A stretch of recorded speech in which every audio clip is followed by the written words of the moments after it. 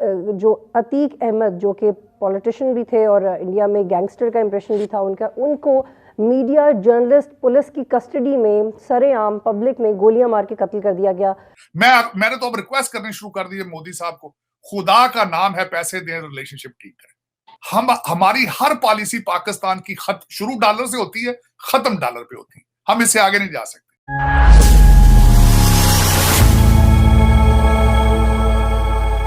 जय हिंद दोस्तों, आपका स्वागत है इंडियन डिफेंडर्स के एक और नए वीडियो में। सुखद, पाकिस्तान की हालत इस समय बहुत खराब है। पाकिस्तान के लोगों के पास खाने के लिए आटा तक नहीं है और उनके पॉलिटिशियन जो भी पैसा बाहर के देशों से मिलता है उन पैसों को अपने में ही बांट ले रहे हैं। पाकिस्तान में आटे का कीमत 2050 रुपए का 15 किलो हो गया है और कंपैरिजन के लिए बता दूं, इंडिया में यही आटा 300 रुपए में मिल जाएगा। और पाकिस्तानी मीडिया अपने देश के फूड क्राइसिस के ऊपर बात करने के बजाय इंडिया में चल रहे न्यूज पे बात कर रहा है। जी आपने सही सोचा, आतिक अहमद पर। और दूसरी तरफ बाहर बैठे पाकिस्तानी मोदी साहब से हेल्प मांग रहे हैं कि मोदी साहब पाकिस्तान की मदद कर दो, क्योंकि भारत एक इकोनॉमिक पावर बन चुका है। आप देखें 18 मुल्कों के साथ वो अब अपनी करेंसी में ट्रेड करने की बात कर रहा है। तो उसने अपने आप को इकोनॉमिकली इतना बड़ा जाइंट बना लिया है कि हमने आर्टिकल जब उसने कश्मीर मकबूजा कश्मीर को एनेक्स किया अपने साथ, तो उसके बाद जितनी भी इंटरनेशनल एफर्ट्स थी, हम तो ओआईसी का इजलास भी नहीं बुलवा सके थे उस वक्त। पाकिस्तान को पैसे दें और अपने रिलेशनशिप ठीक करें, आपके सारे प्रॉब्लम हल हो जाएंगे, मैं गारंटी कर देता हूँ। क्योंकि हमारा 76 साल में हमारा लुबे लबाब क्या है, पैसे से शुरू, पैसे पे खत्म। इनको कुछ दुबई में दे दो पैसे मोदी साहब, कुछ पैसे इनको लंदन में दे दो, थोड़े बहुत बचते हैं तो इधर अमेरिका में दे दो। ये सारे एजेंट बैठे हैं यहाँ पे। ये पैसे के अलावा कुछ नहीं कर सकते। ना फॉरेन पॉलिसी है, ना डिफेंस पॉलिसी है, ना एजुकेशन पॉलिसी है और ना ही फैमिली प्लानिंग है। चीमा साहब, मैं बिल्कुल तस्लीम करता हूं कि मोदी की पार्टी को अभी भी अवामी मकबूलियत हासिल है। तो अमित शाह आएंगे ना या दूसरे लोग आएंगे? आपकी क्रिकेट टीम से कहा जाता है कि हमारे आना है तो अपने नक्शे से कश्मीर निकालो।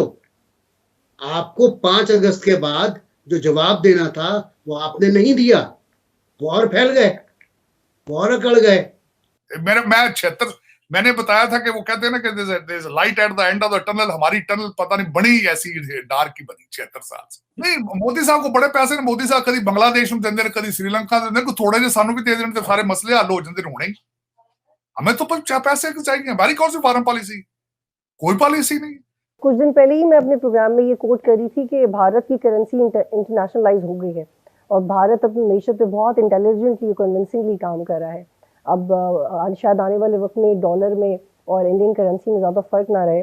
तकरीबन 15 से ज़ायद ममालिक में भारतीय अपनी करेंसी इस्तेमाल कर सकते हैं। आपने अगर ताल्लुकात रखने हिंदुस्तान का देखें, पहले भी तो थे ही ना, इतनी गिरावट पहले कभी भी नहीं हुई थी जितनी पिछले चंद सालों में हुई है। उसकी वजह चुगताई साहब ने बता दी है कि हम किसी न किसी तरीके से खड़े हो जाते थे और कोई स्टैंड ले लेते थे। और फिर एटॉमिक पावर को तो ये बिल्कुल दे भी नहीं देता कि वो डरती फिरे और छुपती फिरे कि वो ये इस पर कब्जा कर लेंगे, उस पर कब्जा कर लेंगे।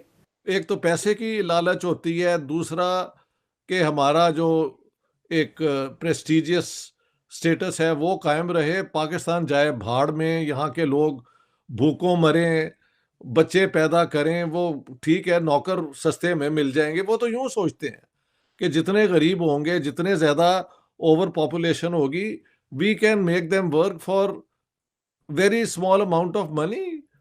यानी वेजेस तो तब राइज करती है ना अगर वर्किंग क्लास की वो क्या कहते हैं, वर्किंग हैंड्स कम हो। तो हमारे तो इतने हैंड्स हैं कि वो खुले रहते हैं हमेशा, उन्हें जो आप भीख उसमें डाल दे और जो चाहे उनसे करवा लें। तो ये पाकिस्तान का एटीट्यूड है। पाकिस्तान ने कभी मॉडर्न दौर में, तारड़ साहब तो I think is very kind, वो पिछले 100 साल की बात करते हैं। मैं तो कहता हूँ पिछले 900 साल से मुसलमानों की एक कंट्रीब्यूशन नहीं है। The last great work was by in sociology by Ibn Khaldun. उसके बाद मुझे एक बता दें, साइंस के अंदर, फलसफे के अंदर, पॉलिटिकल साइंस के अंदर, किसी भी इस किस्म के इल्म में मुसलमानों की कोई ओरिजिनल कंट्रीब्यूशन हो। तो ये बताएं ना मुझे मुझे अगले दिन क्वेश्चन हुआ है यार कि आटे के लिए लाइनें लग रही हैं इतनी लंबी चौड़ी, बेनजीर स्कीम थी, अकाउंटों में पैसे चले जाते थे, वो दे लो, वो क्यों नहीं हो रहे? भाई करते हैं, सारे कागजों में सब कुछ हो रहा है डॉक्टर साहब, हर कुछ जो आप बता रहे हैं ये मौजूद है, ये पहले है, लेकिन जो दरमियान में नहीं, अमल कोई नहीं है। हमारे बच्चे जो लंदन में जिनकी ट्यूशन फीसें जानी है, देखे ना, हर 18वें ग्रेड का बंदा है, हर 18वें ग्रेड का अफसर है, उसके बच्चे तो लंदन पढ़ रहे हैं। डॉक्टर साहब मैं आप जरा ठीक है, मुझे क्लैरिफाई करें, आप पाकिस्तान में 18 ग्रेड के अफसर हैं, आपके 2 बच्चे लंदन में इंटरनेशनल ट्यूशन दे रहे हैं वहां, आप उनको पैसे कितना भेजेंगे? आप लोगों के अकाउंटों में पैसे भेजेंगे कि उनके अकाउंटों में पैसे भेजेंगे? हाँ बिल्कुल, कुछ ना कुछ इस किस्म का फ्रॉड तो होगा ना। फैशन है, रवाज है, बिल्कुल रवाज है। कोई सीएसएस अफसर बता दें जिसका 18वें ग्रेड का जिसके बच्चे बाहर नहीं पढ़ रहे, कोई फौजी तक दस दो, ब्रिगेडियर तो होते, कर्नल तो होते जिसके बच्चे ना पढ़ रहे हो, सब पता है। डॉक्टर साहब ये जिस कौम की हम बात कर रहे हैं वो आपसे, मेरे से और चीमा साहब से ज्यादा सियाने हैं, क्योंकि वहां वो 2 नंबरी पीएचडी ने सारे दिया, मनी लॉन्ड्रिंग ਦੇ ਵਿੱਚ ਉਹਨਾਂ ਦੇ ਕੋਲ ਤੇ ਐਮਫਿਲ ਨੇ ਸਾਰਿਆਂ ਕੋਲ ਮਨੀ ਲਾਂਡਰਿੰਗ। ਤੌਬਾ ਯਾਰ, ਤੌਬਾ। ਉਹ ਛੱਡ ਦਿਓ ਗੱਲਾਂ, ਉਹਨਾਂ ਨੂੰ ਪਤਾ ਨਹੀਂ, ਉਹ ਤੇ ਉਸਤਾਦ ਨੇ ਸਕਾ ਜਿਹੜਾ ਇੱਕ ਬੱਚਾ 25 ਟਵਿੱਟਰ ਅਕਾਊਂਟ ਬਣਾ ਕੇ ਸਾਰੀ ਦਿਹਾੜੀ ਕੌਮ ਨੂੰ ਮੈਨੀਪੂਲੇਟ ਕਰ ਰਿਹਾ, ਤੁਸੀਂ ਸਮਝੋ ਨਾ ਉਹ ਨੱਕ 'ਚ ਰੋਟੀਆਂ ਪਾਉਂਦਾ। बिल्कुल सही है, बिल्कुल सही है। चीमा साहब जी, तो फिर डॉक्टर साहब बात तो ये हुई, और तारड़ साहब बात तो फिर नतीजा तो ये निकला कि हर बंदा एलीट का हिस्सा बनना चाहता है, बिल्कुल एलीट, और वो भी फाइनेंशियल एलीट, यानी कि मॉनेटरी बेनिफिट लेना चाहता है, बिल्कुल कोई लिटरेरी तौर पे नो क्यों नहीं होना चाहता। तारड़ साहब एक बड़ी खूबसूरत बात करते हैं, डॉक्टर साहब उसको मैं रेफरेंस देता हूँ और फिर मैं ये बात आप करता हूँ। तारड़ साहब बड़ी खूबसूरत बात करते हैं, कहते हैं कि अगर कोई यहाँ पे प्रोफेसर हो उसे कोई शख्स अपनी बेटी का रिश्ता नहीं देगा, लेकिन अगर उसके मुकाबले में एक एसएचओ तो हर बंदा चाहेगा कि मैं इसको अपनी बेटी का रिश्ता दूं। सो यहाँ पे डीजनरेशन है मास्टर, ये डीजनरेशन है, ये बिल्कुल डीजनरेशन है। गाना ये हो कि घोड़ा थले ते मोढ़े ते दुनाली ते पैरां च थानेदार रोलदा, डीसी भी उन्हें सलूट मारदा, ये गाने आपके, ये गाने तो जिस कौम के ये गाने हैं कि मेरा मकसद घोड़े ते मोढ़े ते दुनाली है ते डीसी भी उन्हें सलूट पे मारदा ते थानेदार पैरां च रोल ले है, तो मतलब देखिए ना क्या विजुअलाइज करते हैं, क्या सोचते क्या है, किस तरह इनकी फिल्मों का भी देखें, इन्होंने जो एपिक फिल्म अपनी तरफ से बनाई है वो मौला जट है, यानी कि लड़ाई मार कुटाई वाली बात को इन्होंने बना दिया। डॉक्टर साहब देखो ना, सुप्रीम कोर्ट साडा चीफ जस्टिस भी तो मौला जट ही बनया पिया ना, सोटे डांगा लेके निकल आया,